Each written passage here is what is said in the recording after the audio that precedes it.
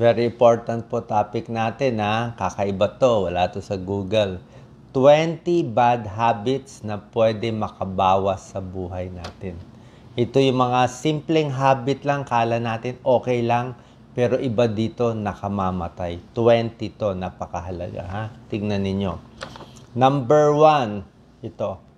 Yung mahilig mag-stretch ng leeg. Diba? Tinuturuan ko kayo mag-stretch ha. Pero yung sobrang tingala o sobrang ikot ng ulo, o minsan yung mga nagsha-shampoo sa parlor, yung hinihiga yung ulo, iniikot-ikot, delikado po. Sabi yan ng mga neurologists. Kaka-stretch, merong napupunit ang neck arteries. Pwedeng carotid artery, vertebral artery, napupunit, na i-stroke. Meron na nangyari sa Pilipinas yan. Kaka-parlor niya, minsan kaka-stretch, ayan no, na-stretch yung leeg. Kaya mag-ingat po, huwag sobrang stretch ha. Meron na stroke, pwede makamatay yan. Number 2, mahilig magpapayat using laxatives. Minsan, bili lang tayo ng bili ng mga tableta, ng mga supplement, hindi natin alam ano component eh. I-check nyo, ano ba ginagawa nitong pampapayat kuno? Diba? Baka mamaya laxative yun. Ibig sabihin yung mga pampadumi. So, pang constipation, pinapadumi ka. So, pag ininom mo yung mga supplement na yun, tae ka ng tae, punta ka sa CR, di ba? Pagpunta ka na punta sa CR, feels thin, feels empty. Pero kung laxative man siya, baka bumagsak electrolytes mo, bumaba potassium. Alam nyo naman, pag dumi ng dumi, bababa ang potassium, pwede maglokotibok ng puso, pwede mamatay. Pag dumi ng dumi, pwede ka ma-dehydrate. Pag na-dehydrate ka, aabot sa kidney damage, kidney failure. Laxative dependent, overuse, masisira din yung internal organ damage. Pati tiyan mo, medyo may stretch siya, lagi na lang makulo ang tiyan. So, magpapayat sa normal na paraan. Huwag yung piliting idumi, ituyo. Tsaka ang problema, pag nag-laxative abuse ka, yung bawat kain mo, tapos kakain ka na lang pampadumi, aabot ng pagkakataon na hindi ka na makadumi. Gagawin ng katawan mo, pipigilin na niya. Magiging super constipated ka. Kasi pinilit mo bumilis eh. Yung katawan mo, pipilit niya ipabagal. Kaya hindi po maganda eh. Mamaya, hindi na kayo makakadumi. Dependent na kayo. Number 3, maganda mag-exercise. Pero may mga tao, sobrang exercise. Kung talagang tumatakbo ka ng 6 hours, nagte-treadmill ka ng over-exercise, masisira ang tuhod, masisira ang paa, masisira ang hips. You know? Can you exercise too much? Pwede po. Kung yung katawan mo, 4 na araw, masakit pa sa kaka-exercise, na pagod ka na, parang wala ka ng energy. Baka nasusobrahan na po tayo. Ha? Huwag sobrang exercise, baka masira din yung muscle.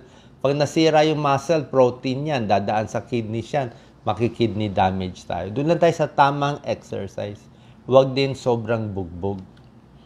Number 4, ito gawain ng mga nanay o yung iba, di ba? Mahilig sa cotton buds, di ba? Ayaw na ayaw ng ENT ang cotton buds. Sabi ng mga ENT specialists, cotton buds are the root of all evil. O, lahat ng karamihan ng pasyente nila sa cotton buds. Kasi nga, hindi mo namamalayan, masarap mag-cotton buds, binutas yung sariling eardrum. Ayan o. Cotton buds, hindi mo naman kailangan ubusin lahat yun. Mga 2/3 lang. Mabubutas mo na eardrum mo. Yan, nabutas na siya. Oh. Pag nabutas yung eardrum, ito binutas 2 beses. Pag nabutas mo eardrum mo, may chance hindi na siya maghihilom. Pag hindi siya naghilom, ano mangyayari? Lagi nang may luga, madalas ka na magkaka-infection. Yan ang problema. Kaya sa mga nanay, huwag tusukin yung tenga ng anak ninyo. Huwag na rin maglagay ng mga posporo, toothpick, lahat po. Ha? Kung may luga, pa-check tayo sa ENT, siya na magtatanggal. Pwede kayong magpunas dito lang sa labas ng tenga. Next, kulang sa tulog. Okay? Laging puyat. Anong problema sa laging puyat? Lack of sleep. Kala nyo simple lang, masama po. Mas mataas ang chance ng heart disease, heart failure, high blood tataas, diabetes tataas dahil sa kulang sa tulog. Libre lang matulog eh. Ha? Huwag masyado magpaka-stress, at least 7 to 8 hours ang tulog. Sobrang araw, di ba? May mga kabataan gusto lagi nagbi-beach. Ang sobrang araw, sabi yan ng mga derma galit sa araw eh. Gusto nila siguro afternoon sun, kahit morning sun, ayaw na nga nila. Ayaw nila ang araw kasi nagkakakulubot. So yung skin injury from exposure sa matinding araw, lalabas after 20-25 years. Pero ang pinaka-danger sa maraming araw ay skin cancer. Katulad nito po, oh. Lahat po to skin cancer. Nag-uumpisa ganito lang, palaki ng palaki. This is melanoma. Pag melanoma, nakamamatay. Very aggressive skin cancer from sun exposure. Kaya dapat mag-sunblock kayo. Sobrang lakas kumain. Yan, simpleng bad habits, di ba? Dami nagkakasakit ngayon sa sobrang kain sa labas, di ba? So, pag sobrang daming kinakain mo, pwedeng magkaroon ng heart disease, pwede obesity, pwedeng pancreatitis. Ayan po, oh. Overeating, busog na siya, kumakain pa rin. Number 8, spicy food challenge. Uso po ito ngayon, di ba? Mahilig tayo sa spicy foods. Pero yung mga spicy food challenge, meron na po nangyari nito napunit ang esophagus. Meron sila kinakain na parang sili. May ilang mga high school students na hirapan huminga, nadala sa ospital dahil sa spicy food challenge. Pag hindi kayo sanay sa spicy, baka sumakit ang tiyan nyo, mabutas pa ang tiyan. Tsaka ang sobrang spicy foods, hindi po maganda sa almoranas, hindi maganda sa prostate problem, anal fissure, yung mga hindi sanay. Kaya nga may warning Ayan, may warning yung mga sa spicy foods May allergy kayo sa sili, capsaicin. Kung kayo ay buntis, bawal yung sobrang spicy, may medical problems, pwedeng mahirapan huminga, pwedeng magsuka. At pag nahawakan mo yung sili, huwag ka hahawak-hawak sa mata kasi mahapdi siya, parang nakakasunog siya. Parang nasusunog yung balat at lalamunan. Simpleng bad posture. Ayan po, oh. Marami sa kababayan natin, bad posture. Laging kuba sa cellphone o sa habit lang. Pag laging kuba, naiipit ang lungs. Bad posture, bad lungs. Ibig sabihin, mas hindi nakaka-expand yung baga natin. Paano kung nagka-pulmonya, nagka-COVID, may plema, naninigarilyo, tapos hindi pa nag-expand yung lungs kasi nga naipit na ng posture natin, nakuba. Kita mo, pag kumuba, lumiit yung baga niya. Tsaka kung bad posture, hindi lang baga ang nasisira, dami. Leeg, oxygen sa brain, pati likod, pati puwet, humihina, pati varicose veins, deep venous thrombosis, puso, lahat na may diferensya dahil lang sa poor posture. Number 10, syempre smoking and alcohol. Alam niyo naman yung alak, di ba? Ang daming dangers, brain damage, liver damage, hindi ko naman kailangan sabihin pa lahat, pancreatitis, birth defect, okay? Sigarilyo, 90% ng lung cancer, ang dahilan ay paninigarilyo. Yun ang cause. Sa 10 may lung cancer, 9 out of 10 smoking ang problema. Pag naninigarilyo, mababawasan ng 5 to 10 years yung lifespan natin. Sayang po. Paano kung aabutin kayo sana ng 80 years old, tapos naging 70 na lang dahil sa paninigarilyo. Number 11. Ito, simpleng bad habit lang. Mahilig mag-cross ng legs. Diba? Lalo na yung mga babae. Wala namang problema, tingin natin. Pero tingnan nyo yung spine niya. Tumabingi. So, lagi nakakross yung legs, sumasakit yung likod, nagtutwist yung spine. Laging nakakross yung legs natin, pati yung varicose veins, naiipit. At pag nagpapa-blood pressure, hindi pwede nakakross ang legs. Dapat naka-flat lang. Diba? Pag nakakross ang legs, tataas konti ang blood pressure. So, kung may high blood na kayo, nagkakross, naiipit kasi. So, a little high yung blood pressure mo. Number 12, huwag din uupo sa matigas na silya, lalo na matagal. O kung makapal yung wallet mo, huwag mo uupuan yung wallet mo. Kasi kung makapal yan at matigas yung silya mo, maiipit ang sciatic nerve. Ito po. Ano bang sciatic nerve? Di ba minsan matagal tayo nakaupo? Like ngayon, nakaupo tayo. Mamamanhid ang paa, di ba? Manhid ang binti, ang hita, wala nang pakiramdam. O hindi po maganda, pati sa varicose veins natin, lalong lalala. So, mas maganda yung silya natin may konting kutsyon.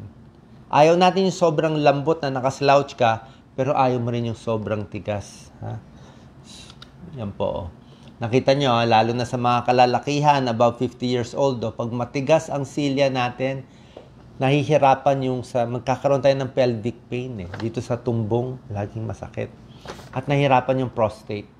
May pag-aaral na pag sumisikip yung mga muscles natin dyan sa may pelvis area, mas lumalala yung prostate. Hindi makaihi, masakit umihi, prostatitis, inflammation ng prostate. Yan, no? Yung mga nagbabike, ingat din yung mga nagbabike, laging naiipit, ha? Laging napipisa. Dapat may kutsyon, di ba? Alam ko may cushion yung mga shorts ninyo pero minsan kulang pa. Number 13, mahilig dito sa mga masisikip na maong, lalo na yung mga babae. Sobrang sikip, bakat na bakat.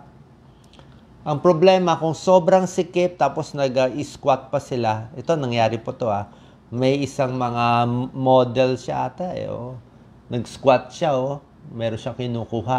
After 1 hour, naipit yung mga tibial nerve niya dito sa binti. Tibia fibula nerves, naipit yung artery, nawalan ng blood supply yung paa. Namanhid, ni makalakad, dinala sa emergency room dahil sa sikip ng maong. Naipit masyado, hindi po maganda. Okay? Next, ito, number 14. Ako, ayoko ng masisikip na necktie. Gusto ko talaga one size bigger. Actually, 15 ako, pero binibili ko mga 16 yung sa collar ko. Kasi, pag saktong-sakto yan, ganito, pag inikot mo yung ulo mo, maiipit yung carotid artery. Kung naipit yung carotid artery, magkakolaps ka, para kang sinasakal. Paano na kung dati ka nang may carotid problem? Sumisikip po to pag tumatanda tayo. Cholesterol, high blood, diabetes. Pag tumatanda, ino-ultrasound natin yung carotid artery. Sasabihin nung sonologist, ay may 50% bara na yung leeg mo dito, ingat na. Konting cholesterol at sigarilyo pa yan, magbabara yan, may stroke ka na. Ay, paano kung masikip pa itong necktie o yung barong Tagalog? Kaya pa nagbarong ako, naka-open na lang ako. Maluwag na maluwag. Tingnan niyo si President Ramos dati, lahat siya open. Kahit si President Duterte, kita mo, lahat open. Bakit? Siyempre, may edad na sila Meron ng mga carotid problem. So, wag nang ipitin kasi mamaya mag-collapse sila habang nagsasalita, ha? So, ingat po dito. Wag sakalin yung sarili. Number 15, ito, sariling kasalanan. Inipit ang kamay. Diba? Inuunan ng kamay. Pwede mamanhid, maipit yung median nerve or ulnar nerve. Kung maipit mo lang naman ng 30 minutes, 1 hour, wala namang kaso, manhid-manhid lang. Pero may pagkakataon, lalo na sa mga lasing o tulog na tulog, pag naipit mo yan ng mga 6 hours, sabi ng kaibigan natin, Dr. Epi Colliantes, neurologist, pag naipit mo ng 5 to 6 hours, pwedeng hindi mag-recover. Pwedeng magka-weakness ka na, hihina na yung kamay mo. Ha? So, wag na ipitin, ha? Mag-unan na lang. Ito, very common ngayon. Yung mga kabataan, lahat may neck pain, di ba? Kaka-cellphone, di ba? Yan, Ito mali, ito tama. Tayo, puro mali ang ginagawa natin kasi nakatungo. Dahil nakatungo tayo masyado, nai-strain yung dito sa likod. Sumasakit ang nabibigatan. So, kailangan gagawin natin, 2 fingers, chin tuck. Yan. Tapos, shoulder shrug. Yan. Okay?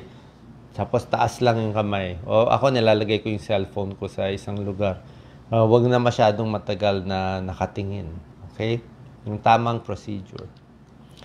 Number 17, may tinatawag na danger triangle. Alam to ng mga dermatologists, neurologists. Kasi yung blood supply dito, ang venous drainage nito, connected sa utak.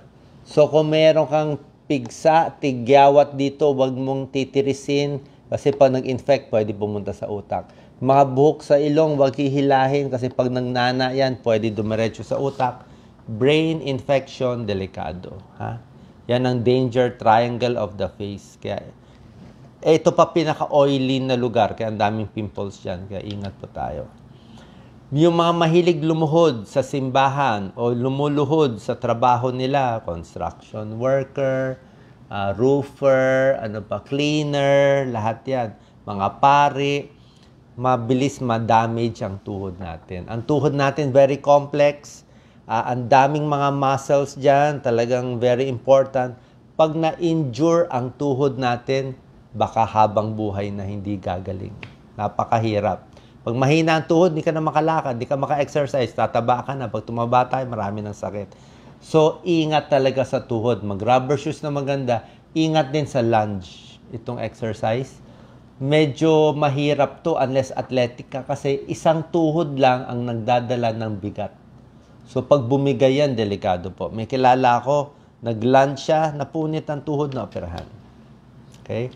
Lalo na yung luluhod sa simbahan, dapat po may kutsyon. Number 9, yung matagal nakaupo. May pag-aaral po, pag 8 hours nakaupo, mas mabilis mamatay. Opo, tunay yon. More heart disease, more cancer, kasi nakaupo eh. Lahat na eh, tataba, diabetes, magbabara dito sa ugat natin sa paa. So, pag umupo tayo ng 30 minutes, 1 hour, tayo-tayo, lakad-lakad. Paano yung mga bata sa school? Ay, bata pa naman sila. Hindi pa naman mag-heart attack yan. Pero syempre, after class, tumatakbo-takbo naman yung mga bata. So, medyo may kutsyon sa upuan, tapos galaw-galaw ng paa. Every hour, lakad-lakad. Okay? Laging nakaupo, masama, yan, masama sa puso. Increases death, increases diabetes, heart disease, and cancer. Last, bawal umire. Number 20.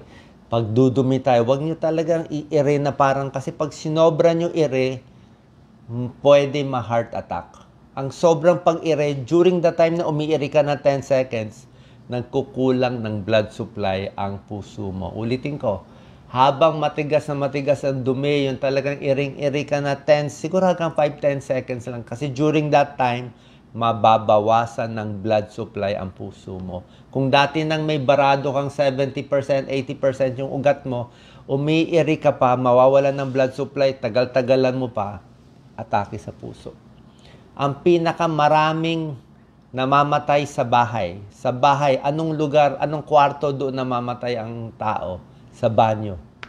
Pag nasa bahay namatay, usually sa banyo yan. Yung mga artista, yung mga sikat, nasa banyo na, hindi na lang gumising. Nakita na lang, nakahilata sa banyo. Bakit? Dumudumi.